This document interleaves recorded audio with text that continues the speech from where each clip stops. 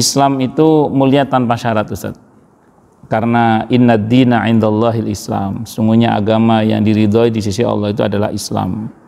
Al-Islamu ya'lu wa la yu'la alaih. Jadi Islam itu tinggi dan tidak ada yang lebih tinggi dari Islam. Sehingga karenanya kemudian dimanapun Islam itu berada, sebetapapun disalahpahami, asal Islamnya yang dibicarakan bukan orang Islamnya, itu tidak usah khawatir.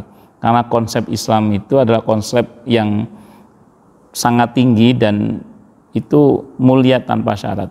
Makanya di beberapa belahan negara di mana Islam disalahpahami, tidak jarang di situ justru akhirnya malah banyak orang yang masuk Islam.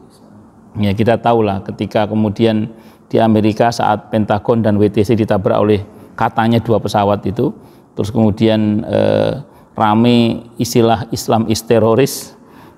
Justru pada hari itu terjemahan Al-Quran di Amerika itu konon sudah terjual habis.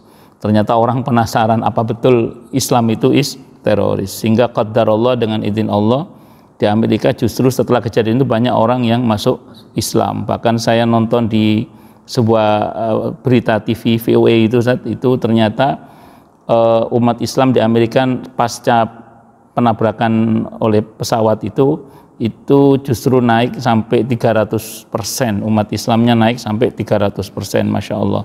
Nah,